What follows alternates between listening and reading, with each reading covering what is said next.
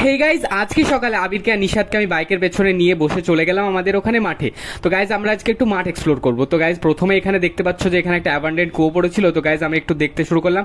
তারপরে আমাদের জার্নিটা শুরু হলো এখানে একটা নৌকার সবুজ শ্যাওলাওয়ালা পানা পুকুর দেখে। তো আমরা ধীরে ধীরে স্টার্ট করলাম জার্নি। তারপরে এখানে যেতে যেতে একটা সেতু ছিল, তো নিশাদের ওখানে দাঁড়ালো, বাট আমি ওখানে উঠিনি, আমার ভয় লাগছিল অনেক।